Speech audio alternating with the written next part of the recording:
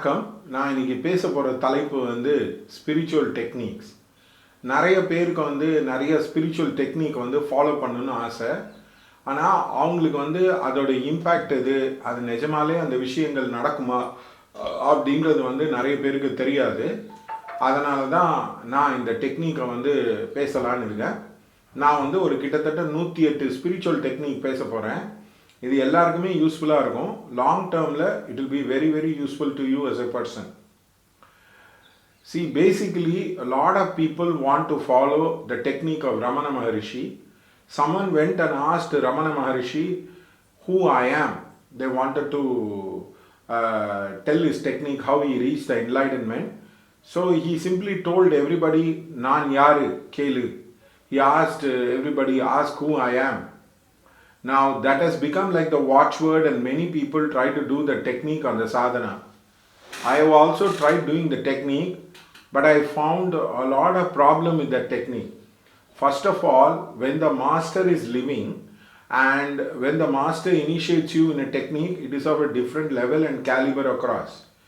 Somebody went to one of the very great Rinpoches and says, are you enlightened? Can you help me in enlightenment? He says, look at the sky and become one with it. And that man did it, and immediately he got enlightened. So the problem is, what works in the presence of a teacher is very, very different from what works away from the teacher. The teacher, Ramana Bhagavan, is dead and gone. So whatever, in what context he said, what he said to other people, now many people don't understand. I have seen this thing again and again in Ramana Ashram. There is no discipline, there is no everyday meditation, there is no doing that. At the most, many of them try to do the vipassana of watching the breath across. But you please understand, for Advaita sadhana, you need a tremendous understanding. There are 4 understanding you need to have. You have to understand Brahma Satya Jagan Mithya, which means the world is an illusion, only Brahma is real. The second understanding will come if you treat life as full of old age, sickness, death and pain. Meeting and parting leads to permanent suffering. So unless you come to the as attitude like Gautam the Buddha, that all life leads to suffering and desire is the root cause of suffering, you cannot do Advaita sadhana. And the third thing is, you need to have a strong mind. Some people are very emotional, some people are very power centric, some people are body centric, some people understand God better through sex and alcohol. So each of the people have a variation in their sadhana. Now you can decide the sadhana based on your swabhavam and your prakriti. Now many people try to fit themselves, tantric try to fit himself with who I am sadhana, it will not work for him as a person. So the second problem with this sadhana is that whether it suits your swabhava, whether you can transcend the human limitation using that. And the third thing is the encountering of the death. The black vortex will open up and the people will pass through the dark night of the soul. In fact, Bhagavan Ramana talks about his encounter with the death as if it was such an easy thing. Now what he was doing is the technique called dying. Franz of Assisi says, in dying that you are born to a greater self. Literally he went through the death vortex like the Shavsadhan and came back alive after that as a person. Now also you need to look at the mind objectively and dissolve the vasana, samskara and the what you call swabhava. Now this is very very difficult for people to witness and watch their mind. Now the witnessing is what Bhagavan Ramana had told. So many people, like in Tibetan Buddhism, call the beginner, middle and the end. So if you are a beginner, this technique will not help you. If you are in the middle, also it will not work for you. You need to have a lot of understanding to apply the technique. I have seen many people getting lost in the Ramana Ashram. Many foreigners, they take to drinking because they try to mix Tantra and Advaita, which is opposite in nature. So basically this technique requires a tremendous understanding of maturity of mind. That's why they say Advaita na samshaya. That is also very important. Now I have seen a lot of these guys like Papa Ji, like Nizaragedda Maharaj, all that thing, they are never able to effectively translate that reality what they are experiencing. I have my own doubts about Papaji spiritual experience. For example, he goes and tells Ramana, I was playing with Hanuman and Rama, and Ramana Bhagavan asked him, can you bring them here? He says, no, he cannot. Then afterwards he switched to Advaita. I really doubt all these people understand and talking all the time about self and self and self. If you are going to do the sadhana and self, there is no need to talk. You cannot translate such an experience to them. You have to allow nature, God, mind to teach them about that. But the precepts is based on the simple truth, Ram Naam Satya Hai, which means you need to come to the realization.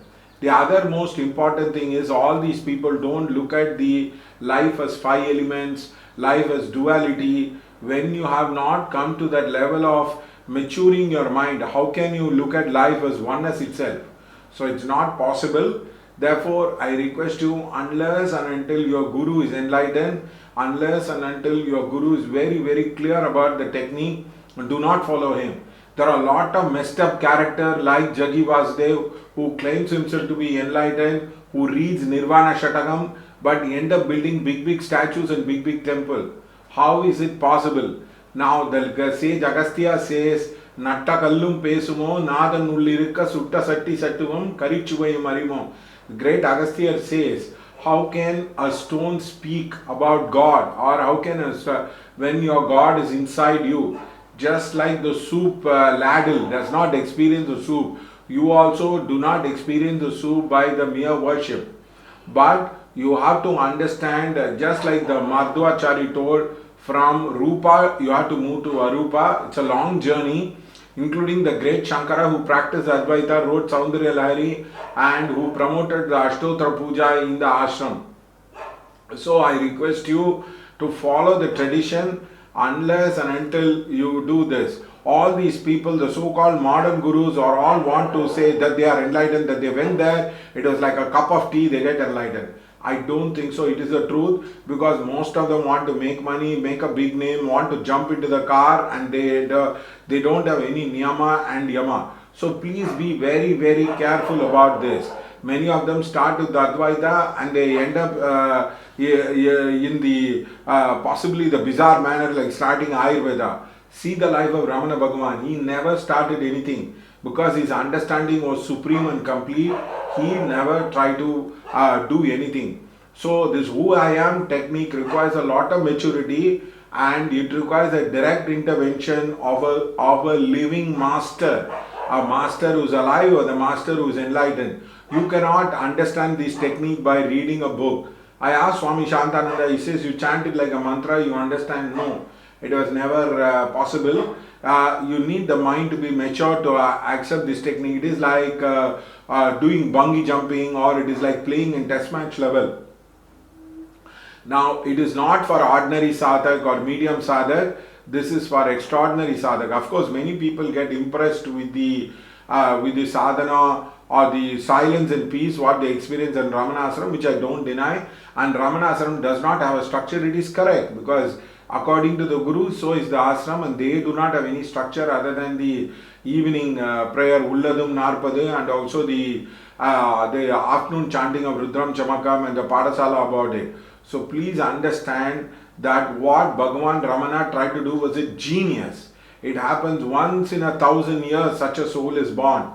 He got enlightened, he removed his dress, he became Digambar, he gave up his need for clothes, need for money, need for making a livelihood. He did not have a career, he did not get married, he just went and sat and sat. His prarabdha must be so much, he must have sat so much in his past life to achieve such a kind of enlightenment. So please don't compare your guru. Very many of them are very limited in their approach, especially the modern ones who claim to be enlightened, who is like what to say, incarnation of Kabir, incarnation of Valalar, incarnation of anything. I don't think so. They understand the sadhana of Ramana Bhagavan. Also, he was not a great coach. He was a great performer. A good performer need not be a good coach. Normally, people like Sachin Tendulkar, people who play a very good cricket, normally don't coach. So if you need a very good coach, then Bhagwan Ramana is not the ideal one. His character is impeccable, his performance is impeccable. Now, many of the so-called people in the Ramanaswaram City talk about the inner guru, which I will be talking to you at a later point of time. The awakening of the inner guru and all that thing, it takes a lot of time and awareness. Therefore, please be careful of this technique who I am, and generally reading Nirvana Shatakam of Adi Shankara is only a misguidance, because many people say there is no morality, you can do whatever you want. No, the law of karma will operate. Unless and until you are very, very clear, you cannot indulge in various things. And many people who have very disturbed family life end up in the ashram. They hate their father, they hate their mother, they want to run about it. Now, Advaita sadhana is based on compassion. Just like Gautam the Buddha said, I want to get enlightened because I want to remove the misery of the world. Now, if you are going to do this sadhana for selfishness, I have seen many people getting confused. In fact, I had an experience with a particular sadhu who was doing this technique. He showed me the horoscope. I told him he will be getting married. He was so skeptical. In fact, the entire Ramanaswaram felt he was the next Ramana. The way he was meditating, the food used to go from Ramanaswaram, and he never used to allow people. And suddenly one day he fell in love, because his mind could get influenced by so many people. Women go on projecting, I want to sleep with him, I want to sleep with him. His niyama broke, and his sexual urges and hormone got better of him. Venus Dasa started, his life changed. So please understand this. Who I am is the most dangerous technique in the world. It looks too simple and it looks too easy, and it is not possible for many people to follow it.